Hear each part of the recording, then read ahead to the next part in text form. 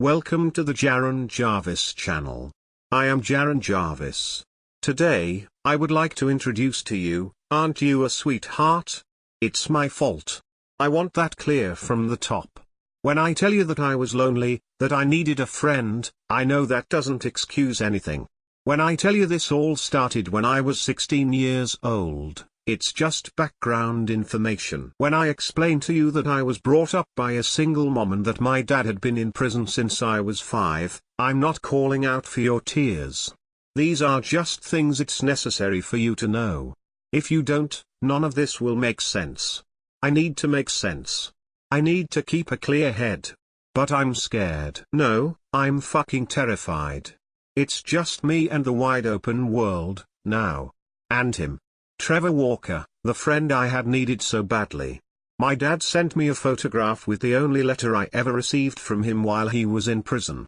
In it they were standing together, smiling, regular jailhouse buddies, that is, until another prisoner shoved pieces of a broken cafeteria tray into my father's femoral artery and neck. Then Trevor became my friend, and he kept being my friend even after I didn't want him anymore, even after I stopped writing to him. But it seems I grew a brain just a little too late.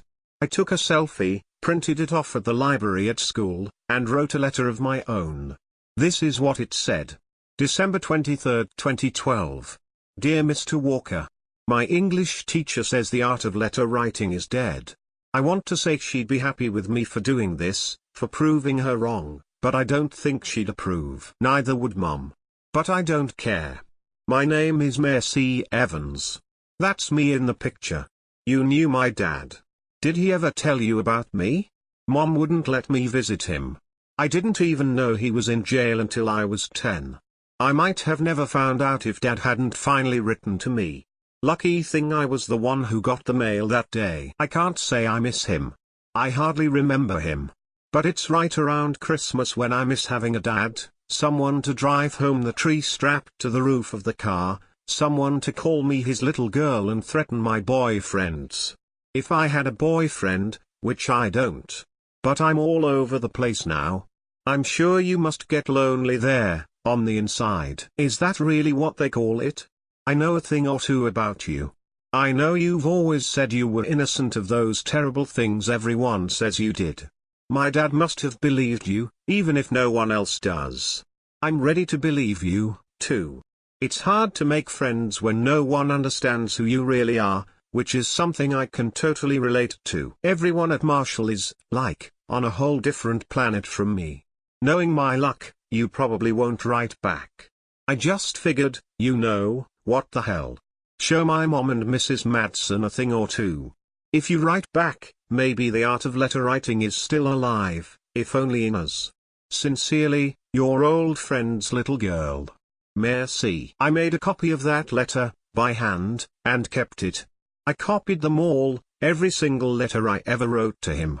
I've always been more than a little CD.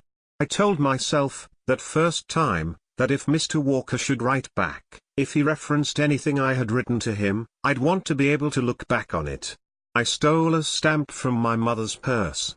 Over the years, this was the least of the things I had stolen from her. I caught a glimpse of myself in the mirror, though, just as I was doing it, and could not help but feel the inevitable self-loathing that brushed across my face like a soft hand that had been dunked in liquid guilt. OCD. Bipolar. Black clothes and pink hair and too much eyeliner and eyeshadow and way too much death metal, not enough sun, not enough talking with normal people, except for the shrink, and I still think that she never gave a shit. This was me at 16. This was the girl that Trevor Walker answered. And this is what he said. December 31, 2012. Dear Mercy. Aren't you a sweetheart? It's not often that I get mail, and your letter arrived just before the new year. It's almost as though fate wanted me to know this is a new beginning for us. Is that creepy? I'm sorry, it's not meant to be. Call me sentimental, but I get lonely this time of year. My family disowned me ages ago, so having someone to talk to makes me very happy. So you're Evan's daughter, huh? Well, I'll be. Your dad talked about you all the time. Said you were the sweetest little thing. Every week, I'd catch him writing to you. From the sound of it, you never got his letters, huh? Your mum must have thrown them out. I'm real sorry you never got them. There's nothing worse than hoping to hear from a loved one and getting nothing. I know that from experience. I know it ain't much, but I'm here for you. I'm sure your pops would have wanted you to have someone to talk to.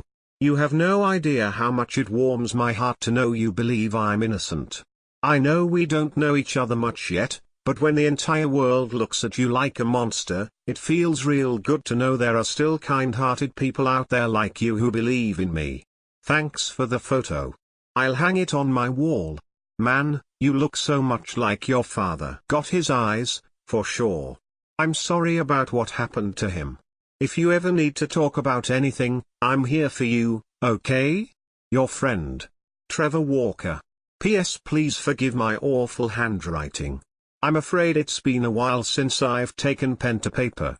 I'm a little rusty. And that was how it all started. Innocent enough, right? Just a fatherless teenage girl trying to connect with, as far as I knew, the only friend that my father ever had, at least while he was in jail. My dad had talked about getting to know wonderful people like Trevor Walker in his letter, and I told myself that this Mr. Walker must be a good man, if my father kept his confidence. When I read about Trevor in some old text-only newspaper stories archived on the internet, I noted how he'd always maintained that he wasn't guilty of anything. I convinced myself that you couldn't judge a person by what other people said he did. My own memories of Dad didn't include things like armed robbery and pistol whipping a convenience store clerk. What little I remembered was him holding me, high over his head and laughing, or just looking at me with wide adoring blue eyes. Not like Mother. By the time I was 16, she'd pretty much given up on me and was just waiting out time so she could kick me out of the apartment. If she were here right now, reading this, I'm sure she'd back me up. She was sick of me and I was done with her. So, the man who claimed that he did not kill those women, well, he was a victim, too. That's how I saw it. He was the fourth person ruined by whoever had committed those terrible crimes. I was so glad he had answered me. I wrote him back right away. January 3, 2013. Dear Mr. Walker. Happy New Year. I hope that it's okay to say that, considering, well, you know. Don't worry about your handwriting. I've seen worse. I noticed you put your full name at the bottom of your letter, but I'm still saying Mr. unless you give me permission to do otherwise, hint, hint. Your letter was right on time. I'd just blown my chemistry midterm and Mom took that as her opportunity to confiscate my phone and my iPad and yell at me all afternoon. Sometimes I feel like there's no one left for me in the entire world, that I'm shut away in this box with just enough of a window to see how everyone else has a life. It's like you timed your letter to rescue me, or something. Such drama, I know. Sorry. Can't help it. I'm so pissed at my mom right now. I wish I could call her out on keeping Dad's letters from me. Think I'll play sick tomorrow and try to find them, if she didn't throw them away. They're mine. That's all there is to it. I'm trying to work out how the Dad I remember could have done the things he was locked up for. I just can't make it stick, even though Mom tells me all the time how guilty he was. I wonder what was going on that he thought he needed the money so badly, and of course she won't tell me anything about that. Kids at school bring my dad up all the time. Counselors and teachers pry into my personal shit every other day, even though I'm already seeing a therapist, one who checks her watch every 10 minutes and labels me a self-fulfilling prophecy. Nice, huh? People. God. I'm sorry for being so mad in this letter. I don't want to scare you off. I'm not always like this. I wish I could meet you in person. Maybe when I'm 18. Please don't be freaked out by that. It's just good to have a friend. Merci. So, yeah, I really wrote that. Don't worry, though. I won't bother you with every single letter I ever wrote to him. We'll keep it to the essentials beyond this point. I can't do this all night. Time is a factor for me, now. Still, the second letter I got from Trevor Walker is noteworthy. The thing is. No, fuck it. I'll let him speak for himself. January 15, 2013. Dear Mercy. Aren't you a sweetheart to write to me again? When I saw the mail clerk stop at my cell, I nearly jumped for joy. I don't have much in ways of entertainment here. I'll take anything to take my thoughts off the cement walls of my tiny prison cell. I guess in that way, we're pretty similar, aren't we? I'm sure of it now. I'm sure fate brought us together. We're both trapped. Both sequestered from the outside world. But, just like I have these letters to remind me that I'm not alone, I hope you know that you're not alone, either. You have me. I'm sorry about your mum. Some people have sticks so far up their asses, I swear.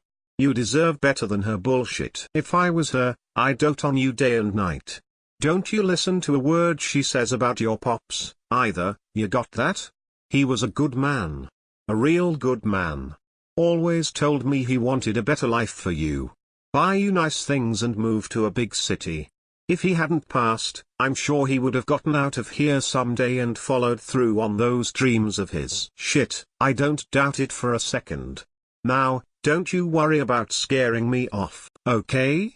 I'm touched you're sharing all this with me. I just wish there was more I could do, you know? But, I'll always be here to listen. Or, rather, to read. But if you come visit me, and I would really love that, I haven't had a visitor in years, I'll get to actually listen to your voice. Wouldn't that be great? Merci, we're friends, you and I. You don't have to call me Mr. or Walker. You can go ahead, call me Trevor. Here's hoping you've got a great year ahead of you. Your friend, Trevor. And so began 2 years of me referring to this man as Trevor. And that's in spite of the vague, creeping unease I felt at the way he used words like joy and fate. Worse still, when my common sense tried to reassert itself, was his promise that he would have doted on me. I'd invited all of that, of course. Sure I did. I know that now. Hell, I knew it then.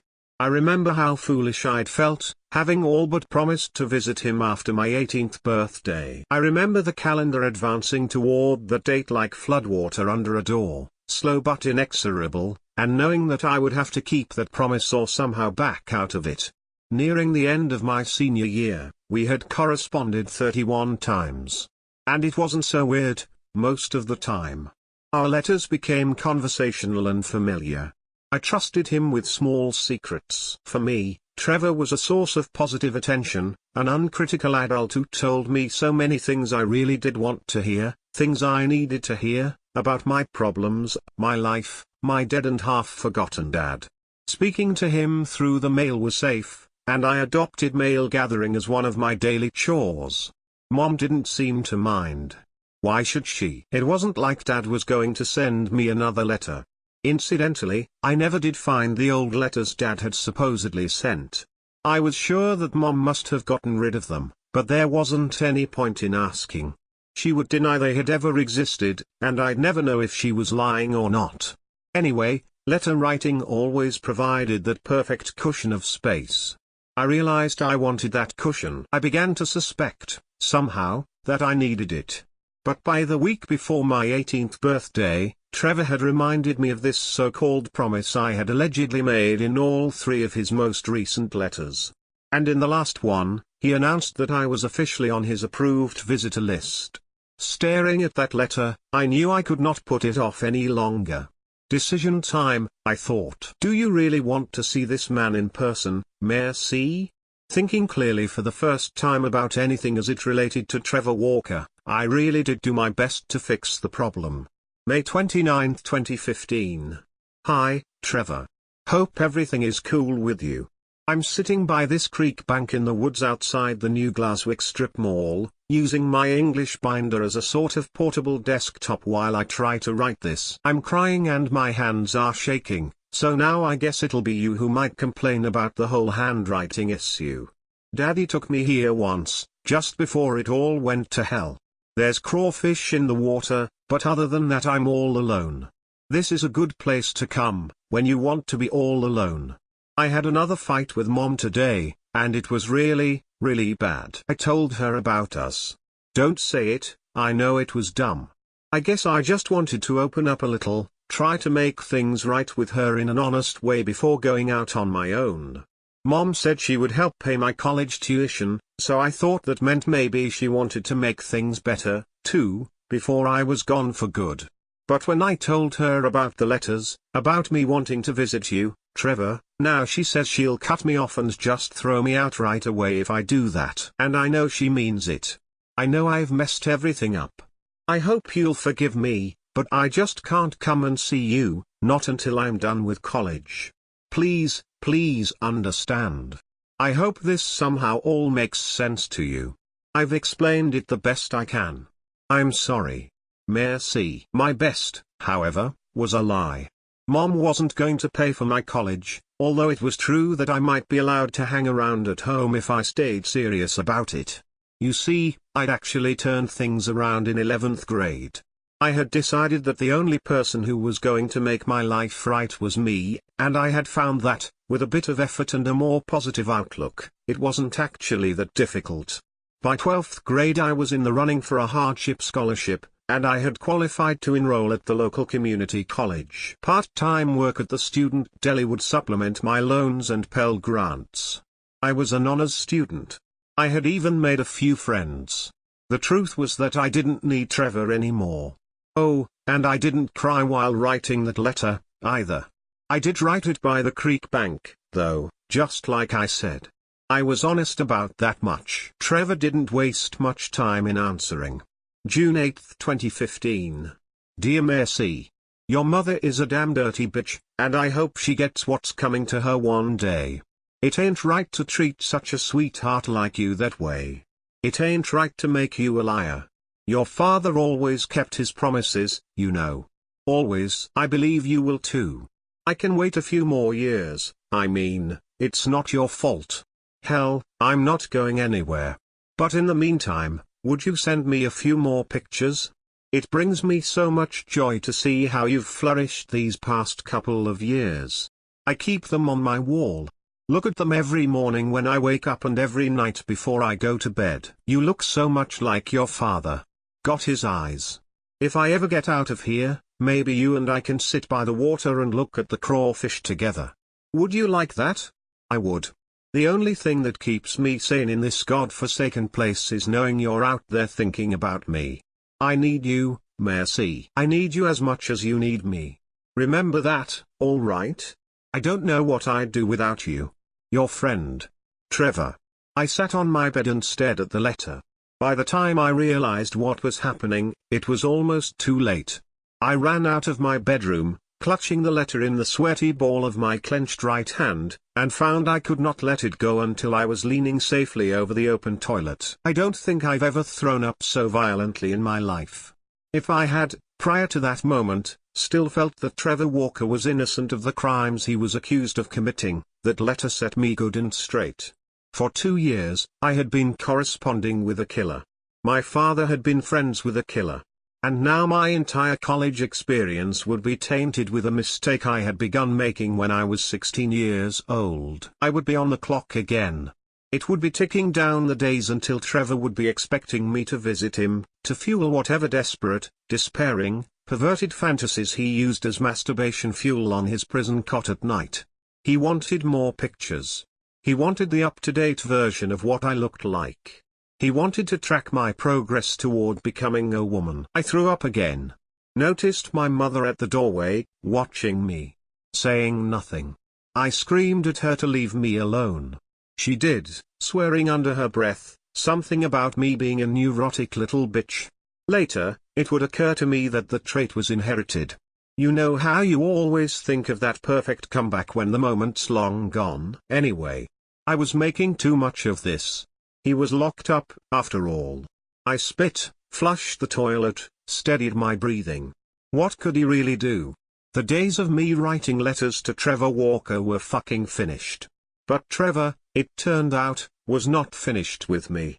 September 15, 2015. Dear Mercy. Haven't heard from you in a while. The fucking mail clerk must have lost your letter. Don't you just hate when that happens? Or maybe my letter's the one that got lost? Maybe you didn't get my last reply and you're waiting for me. If so, I'm sorry. I wouldn't leave you waiting like that. I'd never do that to you. I could never be that cruel. I know you wouldn't be that cruel either. I'm all you've got. You're all I've got. Can't wait to hear from you again, sweetheart. Your friend, Trevor. I wasn't too surprised to find this particular letter in the mailbox. Actually, if I was surprised by anything, it was that he took 3 months to send it. I could see that he suspected the truth. It was all in the way he used the word cruel. He knew what I was doing. Deep down he knew it, even if he was in denial about it, and he was trying in that slimy way of his to guilt me into writing back. Not gonna happen, Trevor, I thought, sliding this letter into my desk drawer at home. I stared at the pile. I should throw them all away. But I didn't. Nor did I take them to the police and file for a restraining order. The thought of my correspondence with Trevor becoming public was unbearable. The news would have a field day with it. I'd be like those crazy women who wrote letters to Manson or Bundy wanting to marry them. That wasn't going to be me. I was finally getting my shit together. I was in my first week of college, and Mom didn't even talk about throwing me out anymore. Maybe actually seeing me try to make something of myself had something to do with it. Perhaps she was contemplating the empty nest and putting it off as long as she could. I don't know. We still didn't always get along, but somehow, now that either one of us could legally separate herself from the other at a moment's notice, we had found a way to respect each other's boundaries. And I was reluctant to leave. Most of my reasons were financial, but there was this other reason, too. She couldn't know about Trevor. Sooner or later, his letters would stop coming. Until they did, I had no choice but to stay. 2 months later, he wrote me this. November 20th, 2015. Dear Mercy. You're not ignoring me, are you? I'm starting to think you've forgotten about me. About our bond. But there's no way. We've got too much in common. We're friends. Friends don't leave friends waiting this long. It's getting cold here. The leaves outside have turned red and brown. I wonder what it must look like to you. I only get to see the same trees over and over again. Year after year. I know them by heart. The ones that turn yellow, those that go brown, the crimson ones, they're my favorite. Red is such a soothing color. It's the color of life. It's the color of death. It's beautiful. How have you been? How's college life? Is that why you haven't answered my mail? It hadn't occurred to me that maybe you moved away to attend class. Maybe your skank of a mother found my letters and threw them out. Burned them, maybe. Wouldn't put it past her. She won't stop us, though. I'll just keep writing and writing until one of my letters gets through to you. I won't abandon you. We're connected. Your friend, Trevor. A message on my phone, from one of my co-workers at the deli. Linda, tickets for the Hammerjacks Festival next week. So excited. You're coming, on me. Can't cry poor. I ran my hand through my hair, then gripped it in a fist.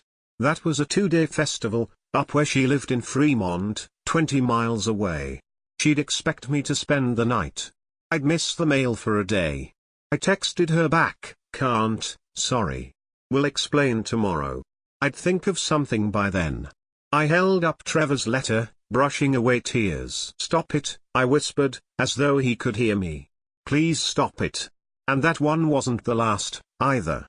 Far from it, for the next couple of weeks I heard from him practically every other day.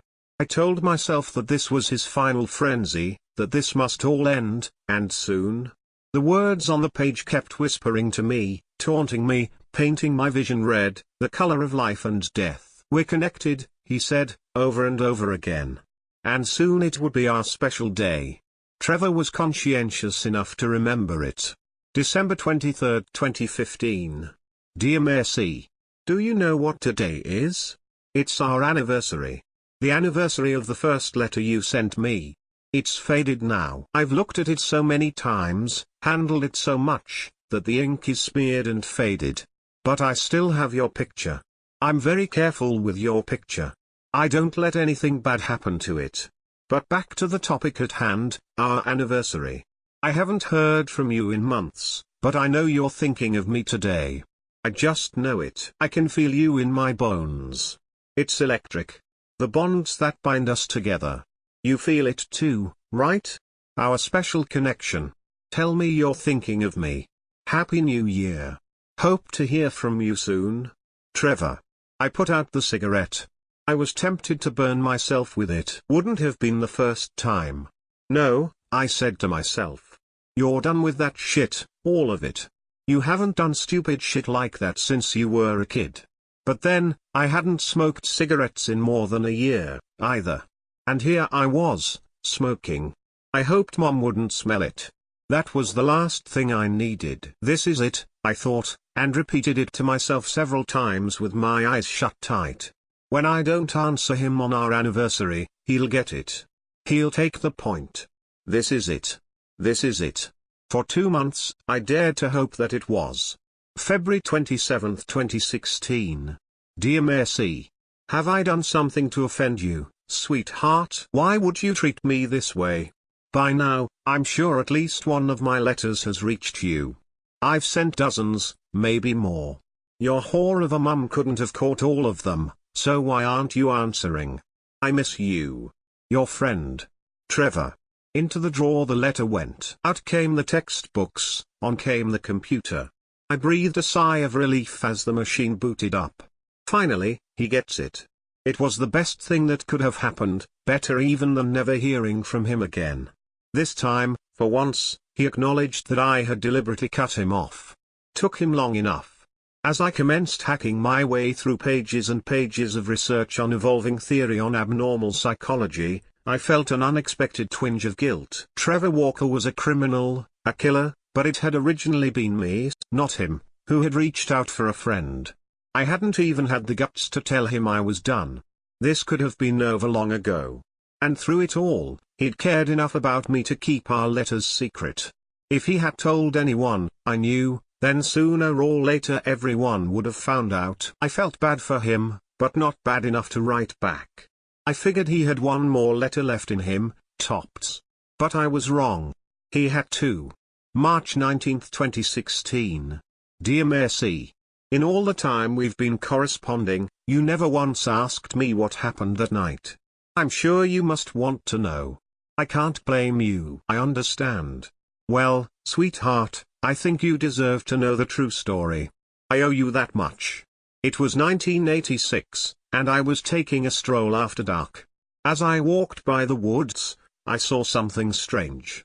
Something I still can't properly describe to this day. In the darkness, I saw something even darker.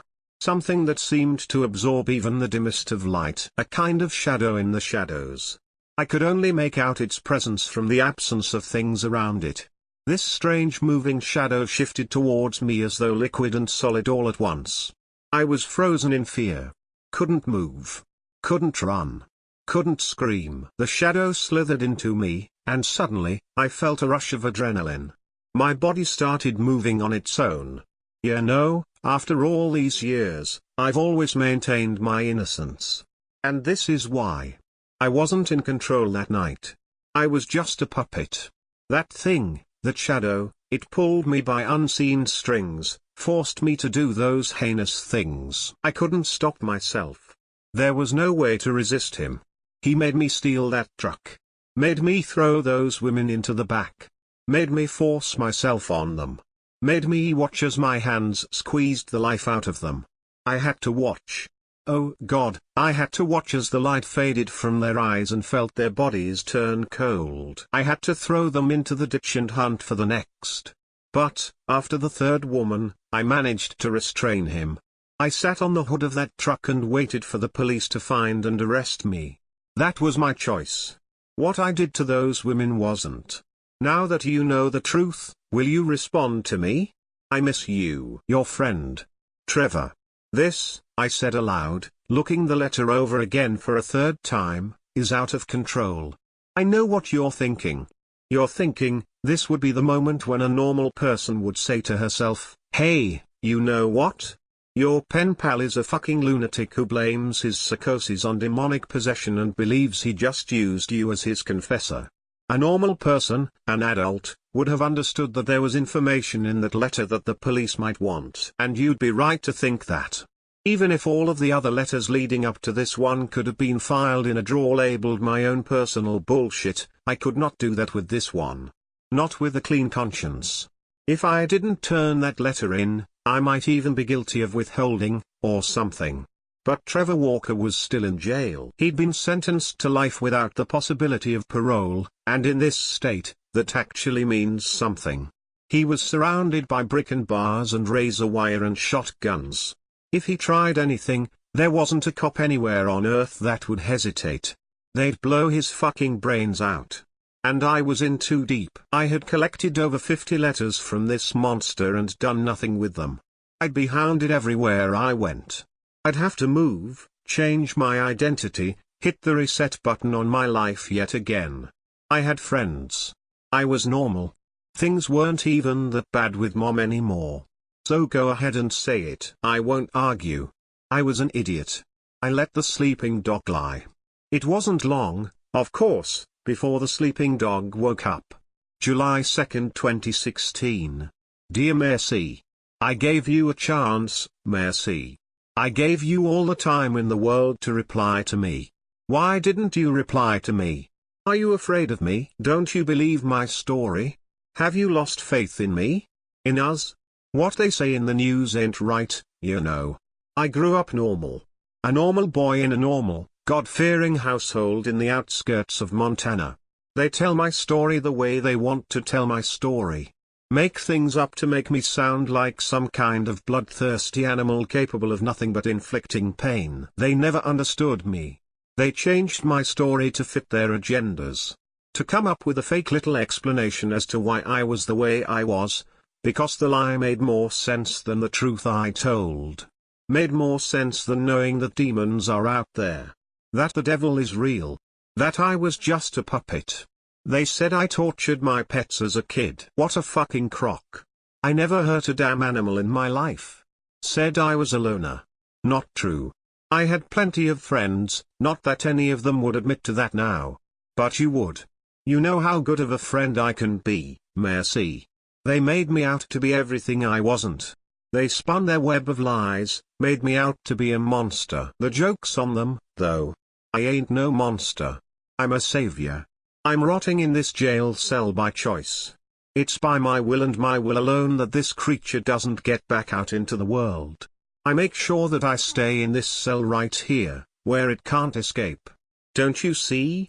I let myself get caught on purpose. I wanted to protect the world, not from me, but from IT. I keep the world safe. I keep you safe. But it wants out. I'm not sure I can hold it back anymore. You see. You and I, our strings have become intertwined. We're its puppets. Entangled by fate. It wants to play with you, and I don't think I can fend it off any longer. I've protected you this long, but it wants out now, Mercy. It wants out. It wants you. I've read and reread your letters over and over again. You were very careful to leave your address out of our correspondences. Or maybe that was the jail. I don't know. All I know is that your letters always came in blank envelopes, but even though I received many blank envelopes, I always knew which were yours. I could smell yours, Mercy. They smelled like you. Sweet, like lavender. I sniffed them over and over until the scent dried out and was replaced by the stench of my jail cell. I think I looked forward to that the most. Funny how much you underestimate scent until you wind up somewhere where everything smells the same. But yeah, you were careful. Or you tried to be. But you or they forgot one major detail, all the little things you've told me over the years that helped me track you down. The time you told me about the creek, the way you described your town, the terrain. Aren't you a sweetheart for giving me the name of your high school so I could track you down? Yeah, we know exactly where you live. See you soon, sweetheart. That was it, his last letter. He must have written it during the day, before mail call or whatever they call it on the inside, because that was also the night that he broke out. He'd been in maximum security, naturally, 1,000 brick and mortar layers of your fucked separating him from the rest of society. But he got out anyway. Alone. No tunnels, no bodies, nothing. By the time the letter arrived, I'd already been here for 2 days, along with Mum. She's still trying to process all this. How could I have kept it a secret from her for so long? It's no secret that she doesn't think I'm all that clever, no more than you do. And I won't judge you for that. I've done what you've asked me to do. I've spent hours typing all this shit out. It's everything I can remember about my letters to Trevor and his letters to me. Hope it does some good. One of the hardest things for me to get my head around, just now, as I sit at this computer at the clerk's office in the police station, is the realization that Trevor Walker was not my father's friend. The man in the picture with Dad was not the Trevor Walker I just saw on television. They're nothing alike. I suppose I should not be too surprised. Turns out the man in the photograph is some guy named Pete Duggar, and he'd been busted with my dad after the convenience store robbery. I now realize that when my father had written, "Getting to know wonderful people like Trevor Walker," he was being sarcastic. I mean, if they had been so wonderful together, why would Trevor have killed him in the cafeteria that day? I suppose I should be grateful. I'm surrounded by more than half the cops in town, and most of the other half are out looking for him. I am as safe as I can be. But Trevor is out there looking, too. Looking for me. I am certain he was truthful about that much. And that's not even the worst thing. That's not why I'm so scared. I know my mother and I will remain in protective custody for a good long time, or until you catch him, and I hope you do. No, the thing that bothers me is the possibility that everything Trevor Walker said about his original crimes was actually the truth. I mean, impossible as that is, it sure would explain the jailbreak, and no one else seems to be able to do that. If people are so willing to believe in God without evidence, based only on faith, then how hard is it to imagine that the devil, or his agents, walk among us as well? If they do, you won't be able to save me. No one will. He'll probably kill my mother as well. And it will be my fault, because I didn't help Trevor keep the devil at bay. MD and ML.